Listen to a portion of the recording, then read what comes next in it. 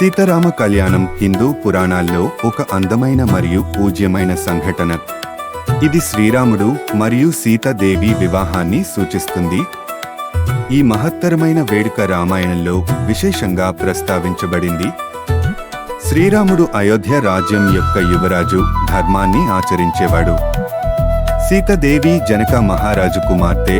సీత జనం చేసినప్పుడు భూమి నుండి పుట్టినదిగా చెప్పబడింది.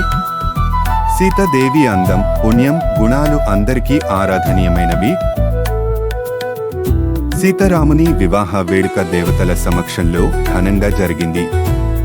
శ్రీరాముడు సీతాదేవిని వివాహం చేసుకోవడానికి శివ ధనస్సు వంచాలి అనే ప్రమాణం పాటించాడు. రాముడు ఆ ధనస్సును సులభంగా వంచి సీతాదేవిని తన భార్యగా స్వీకరించాడు.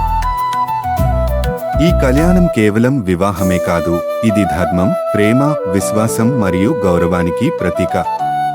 దేవాలయాల్లో సీతారామ కళ్యాణాన్ని ఆధ్యాత్మికంగా ప్రతి సంవత్సరం ఉత్సవంగా జరుపుకుంటారు.